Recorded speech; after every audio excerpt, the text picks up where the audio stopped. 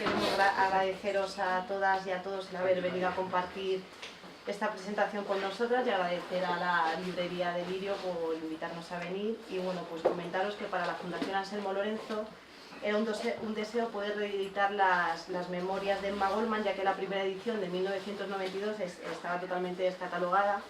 Y bueno, pues en su momento la publicación de Viviendo mi vida, la de 1992, editada por la FALI junto con Madre Tierra, que está por ahí Emilio, pues fue una buena ocasión para acercarnos a la figura de Emma Goldman, ya que hasta entonces en España pues solo contábamos con el libro de Peyrat, el de Anarquistas en ambos mundos y poco más. Entonces, pues bueno, actualmente la bibliografía sobre Emma Goldman sí que es verdad que ha aumentado mucho y ya son bastantes las editoriales que han publicado títulos acerca de la figura y su pensamiento, como La Malatesta, La Linterna Sorda, hecho por el cual, pues lógicamente nos alegramos enormemente, pero desde la Fundación pues seguíamos pensando que era necesario reeditar sus propias memorias por el testimonio directo que ofrece de su vida, así que en ello estábamos cuando nos enteramos que los amigos de la editorial Capitán Swing pues estaban también pensando en ello, así que nos pusimos manos a la obra y sin dudar un momento pues decidimos coeditar la obra con ellos, una obra pues de la cual presentamos ahora este primer tomo y que esperamos que a mucho no tardar pues podamos presentar el segundo y definitivo. Y bueno, pues para nosotras la figura de Emma Goldman es fundamental en las páginas de la historia y no solo como anarquista, sino por saber y querer compaginar pues militancia con la búsqueda de la belleza y por ser una auténtica rompedora en su tiempo de tabús como el feminismo, el sexo, el amor libre, los métodos anticonceptivos y tantas otras facetas de su vida pues que la convirtieron en la mujer más peligrosa de América para su gobierno y para las mentes conservadoras de la época. Por tanto, Emma Goldman es, como decimos, una figura fundamental cuya vida queremos recuperar a través de esta obra y bueno, pues para hablar de ello tenemos aquí a Ana Useros, la nueva traductora del libro, a quien agradecemos enormemente el haber hecho posible esta presentación. Muchas gracias. Gracias a la librería, gracias a vosotras por estar aquí y a Sonia, que está pacientemente acompañándome en todo este periplo de presentaciones que estoy encantada de hacer, la verdad. Yo estaba tirando el micrófono. 2 segundos.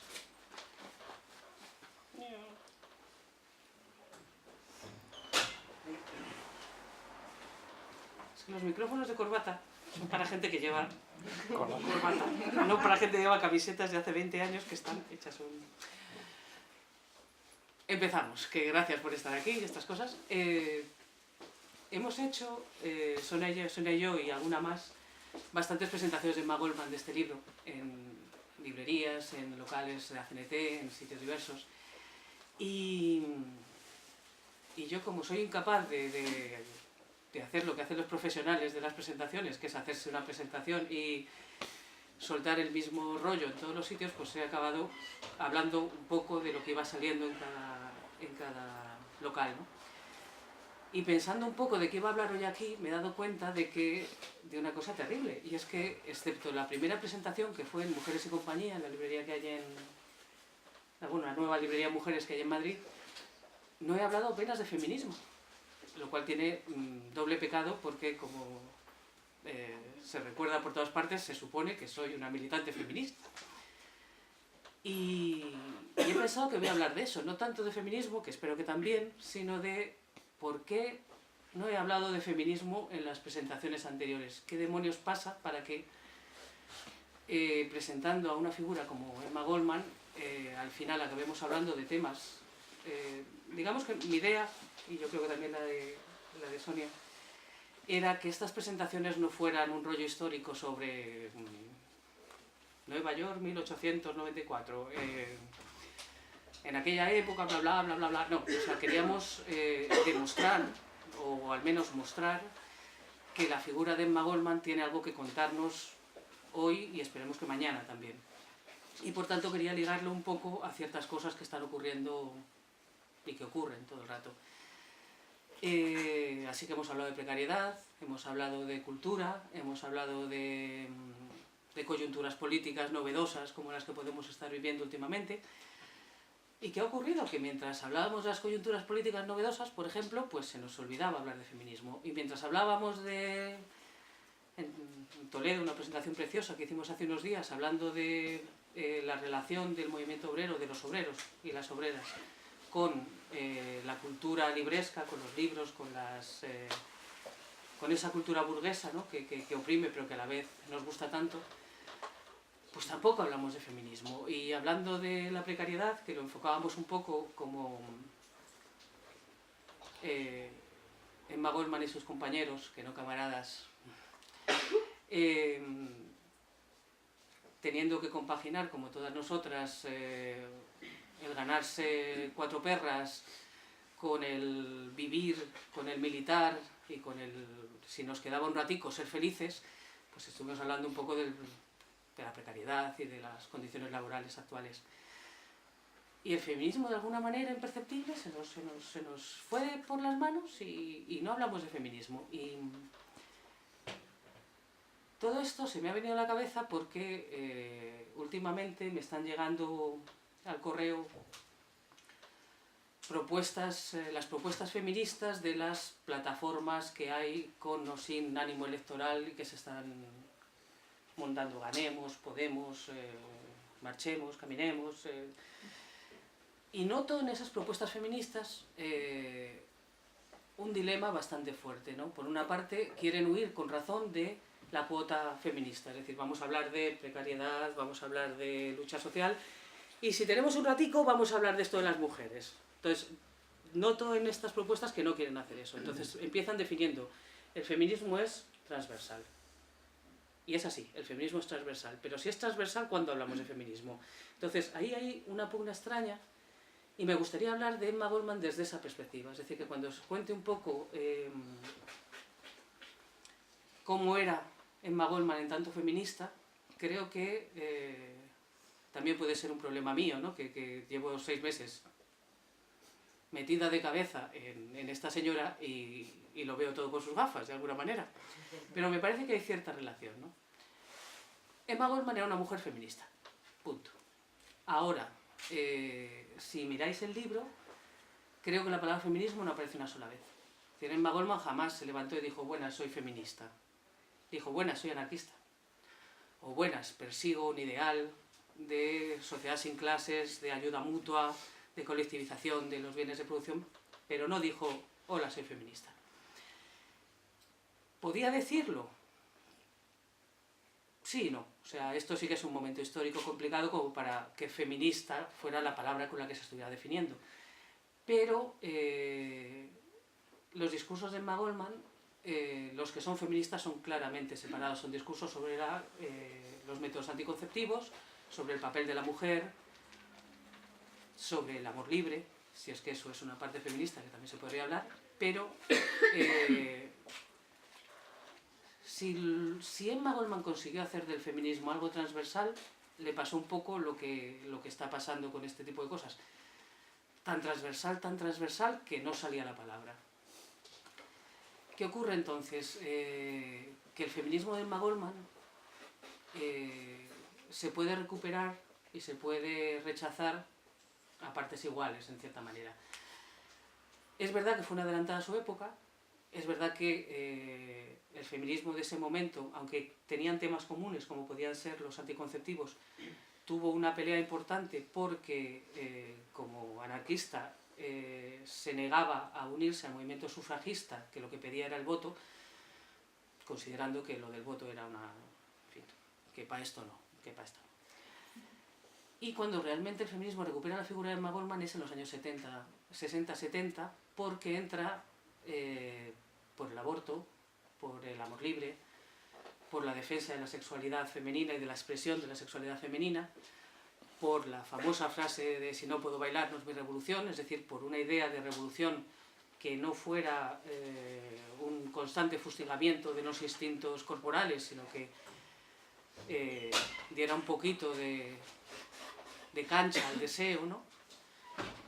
Y en ese sentido, en los 70, Emma Goldman es un modelo de feminismo. ¿Qué ocurre después? Esto del feminismo se define por olas. Está la primera ola, que es la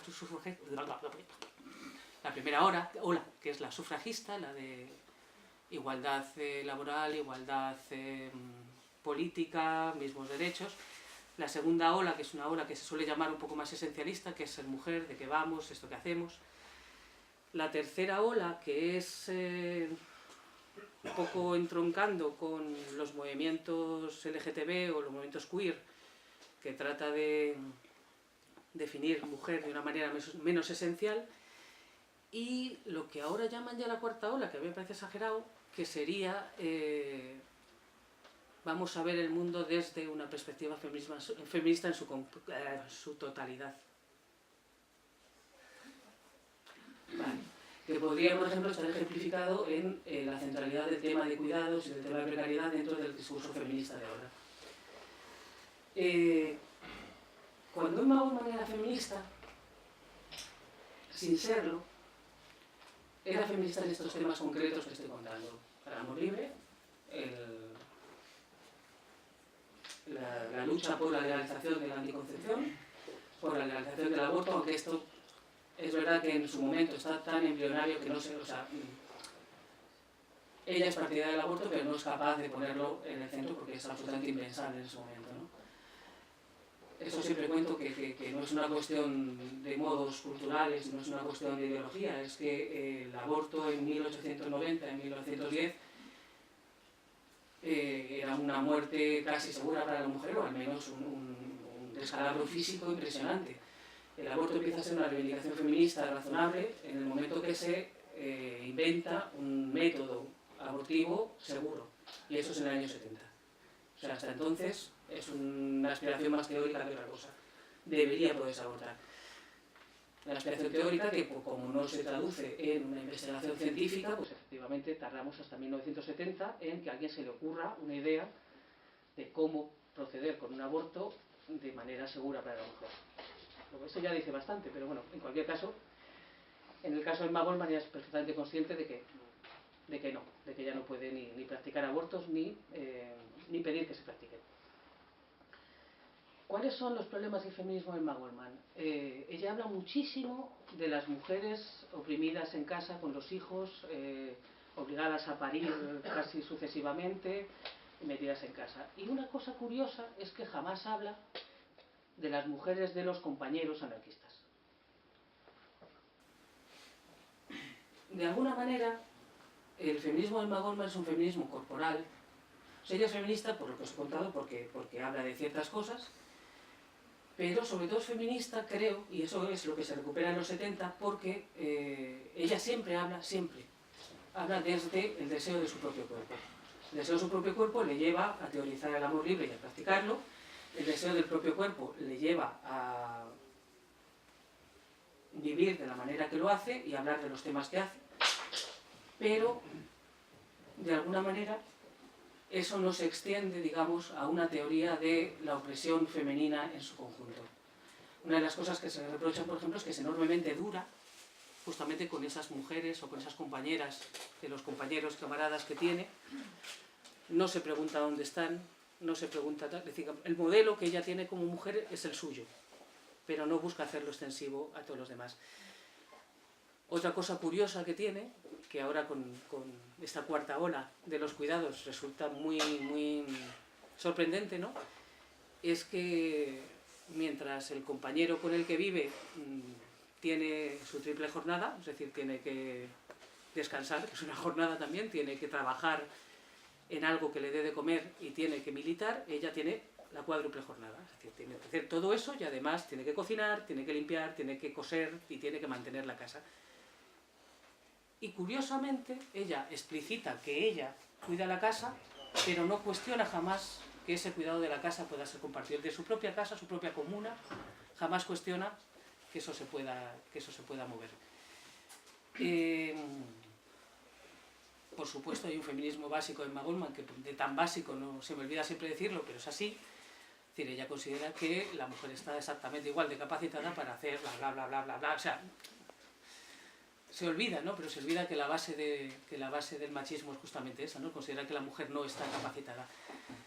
La ambigüedad de Emma Goldman es que considera que cualquier mujer está capacitada, en ese sentido es absolutamente clara, no lo dice porque le resulta demasiado evidente como para decirlo, pero yo diría que se le podría reprochar esta parte del cuidado, es decir, el no pensar nunca que el cuidado pueda ser algo que la mujer comparta, ni siquiera en ambientes militantes y en ambientes amigos, por así decirlo, y en no cuestionarse jamás el papel en general de las mujeres. Ella busca desesperadamente compañeras de lucha, pero no hace nada por que haya más compañeras de lucha, por así decirlo. O sea, no hay ningún momento en que se plantee y diga a la próxima asamblea que vengan ellas, por ejemplo, o algo así. ¿Por qué creo que esto tiene algo que ver con esta historia del feminismo transversal y el feminismo concreto, ¿no? Del feminismo de los temas concretos? Porque, en cierto modo, si a mí me gusta, o sea, el feminismo que yo deseo, que sería un feminismo transversal, tendría que ser un feminismo semejante, que ocupara un papel semejante al que ha ocupado la lucha de clases o la lucha racial. A mí no se me ocurre un solo momento ni de asamblea, ni de meeting, ni de expresión escrita, ni de ningún tipo de expresión militante en el cual una persona que se autodefina como obrera o como el 99% o como precaria o lo que sea, no diga siempre que ella está mirando la realidad desde este punto de vista. Es decir, que ningún tema le es ajeno, que se habla de sanidad desde la perspectiva de una persona que no llega a fin de mes, que se habla de cultura desde la perspectiva de una persona que o bien no ha tenido, o bien no ha podido, o bien no podrá dar a sus hijos el nivel cultural que se exige, por ejemplo, para acceder a ciertos niveles culturales, que si habla de educación defenderá un determinado modelo de educación siempre encarnado en su posición que asume como universal. Se asume como la mayoría de la gente es como yo, los otros son... En la cuestión racial es un poco igual, es decir, ningún migrante abdicará, por ejemplo, de su origen, de su color, de la circunstancia que le hace, por ejemplo, presa evidente de las redadas policiales por el hecho de que oscurillo de piel, en fin, ¡pa!, te van a pillar. No dirá, bueno, de esto hablamos en otro momento, ahora vamos a hablar de educación, que es lo que importa, no. Teñirá toda la discusión de educación con educación en valores, cambios de ley, lo hará. ¿Qué pasa con las mujeres? O sea, ¿por qué nos está costando tanto? Cuando no se me ocurre un solo tema de todos los que acabo de mencionar en el cual la perspectiva de género no sea relevante. Creo que eso es lo que me gustaría que me contarais, más bien. O sea, que si se os ocurre algo al respecto, empezar a interrumpirme. Creo que tiene bastante que ver con cierto descrédito del feminismo, que es una cosa fascinante, que no sé por qué demonios ocurre, pero ocurre. Y creo que tiene que ver con una cosa más dolorosa, ¿no? Que es ¿por qué tenemos esa capacidad las mujeres de abdicar y ponernos en segundo plano por muy feministas que seamos? Quiero decir, yo jamás me he encontrado a alguien que esté realmente orgulloso de su origen de clase, que decida en algún momento dado, bueno, vamos a dejarlo por ahora, ¿no? Vamos a hablar como si fuera rico. O alguien que tenga un origen geográfico distinto, que bueno, voy a intentar hablar un ratito como si fuera europeo, ¿vale? Que total, sois todos europeos aquí, vamos a conciliar, ¿no? Es decir, la palabra es esa, la palabra es conciliación, ¿no? Es decir, esta conciliación que tiene ese aspecto tan formalista, ¿no? Pues eso, guarderías, tal, los que estés. Conciliamos todo el rato, a ver si dejamos de conciliar un poco, ¿no? Porque si una mujer tiene que hablar de sus cosicas, pues habla como mujer, pero en cuanto se pone a hablar de sanidad, vamos a dejar de lado que soy mujer, porque es la primera vez, o sea, yo tenía un poco de miedo a plantear este tema, porque creo que es la primera vez en todas estas presentaciones que Emma Goldman no me sirve para esto. Porque si yo lo miro de una manera idealista, si yo leo los discursos de Emma Goldman y me imagino que habla una mujer, lo veo claro. O sea, veo claro que el ideal anarquista de Emma Goldman está enormemente atravesado por un feminismo. Siquiera solo por esa insistencia en el deseo. Es decir, Emma Goldman habla de justicia, habla de economía, habla de igualdad, habla, digamos, de cosas cuantificables, ¿no? Pero los momentos más gloriosos de cuando ella hace sus discursos, esos discursos que supuestamente encendían la revolución allá por donde pasaba, tienen mucho que ver con desear. Y yo en ese deseo sí veo un feminismo en Emma Goldman. Lo que no veo es que lo vieran los demás. Es decir, no veo que eso se transmitiera a los demás diciendo, esto lo digo porque soy mujer y porque en tanto mujer tengo la experiencia más larga, más minuciosa y más dolorosa de lo que es el deseo reprimido. Porque si algo es ser mujer, y más en su momento, es una represión del deseo constante, que eso en cambio lo cuenta muy bien en el libro. O sea, ella lo que cuenta es, sobre todo relativo al sexo, ¿no? La historia detallada de una represión, ¿no? Es decir, tiene la experiencia que hemos tenido todas y todos de una masturbación súper temprana, a los 8, 9 años, así como de esto no sé qué es, pero mola. Y 2 segundos después, su madre le ha pegado un guantazo impresionante. Y pum, ya está. Y no queda constancia de que le pegara el guantazo al hermano, ella le ha pegado el guantazo. Entonces ella sí habla, cuando habla como mujer, cuando habla de su vida, lo cuenta diáfano, ¿no? Cuenta cómo simplemente el querer o el permitir que tu cuerpo te dicte un poquito los deseos que tiene es lo más revolucionario que existe. Les contaba a los compañeros de Toledo que claro, que son cosas que igual hay un poquito de vergüenza, ¿no?, en esto de ser mujer también. El amor libre, que es una de las cosas por las que era más famosa Emma Goldman, que básicamente significaba, pues eso, el amor no es exclusivo, multiplica, se puede amar 2, 3 personas y además se puede amar de cierta manera que no suponga un compromiso vital, personal, una esclavitud. A mí me gustaría mucho decir que Emma Goldman tenía unas justificaciones teóricas estupendas y que había leído mucho sobre esto y que además es una teoría muy bien montada. No, mi teoría sobre por qué Emma Goldman defendía el amor libre es tan sencilla como que su cuerpo, el suyo, no es que le pidiera sexo incontrolado, que eso es lo que pensaban los americanos entonces. No, su cuerpo no le pedía sexo incontrolado para nada. Lo que le pedía era no compartir la cama, no lo podía soportar. No podía soportarlo. O sea, la idea de meterse en una cama con otro cuerpo y estar negociando la manta, la almohada, el lado de la cama, el sudor, la pierna que se te mete, creo que era superior a ella. Y de verdad, yo creo que todo el amor libre de Emma Goldman viene de que en algún momento escuchó a su cuerpo y dijo, ¿y por qué demonios? Por el hecho de estar profundamente enamorada de este señor, de sentir un deseo sexual hacia él explosivo, porque tengo que dormir con él, ¿por qué? Y a partir de ahí vas tirando, lo que te decía antes, tiras de un hilo y se cae el jersey entero. Eso para mí es feminista, con perdón. Pero eso es el revés de la tela que Emma Goldman cuenta en las memorias, pero que sin embargo no cuenta en la vida pública. Y eso es lo que quería plantearos un poco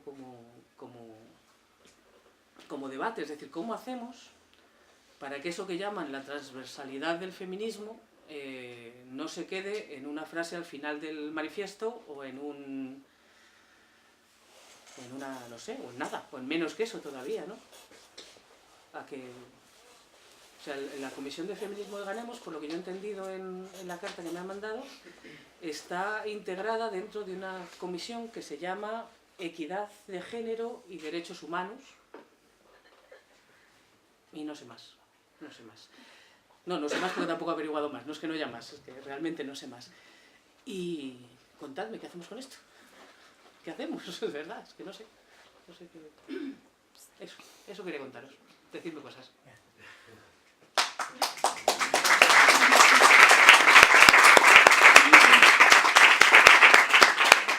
Qué responder una pregunta con un aplauso. A ver, yo tengo una... Yo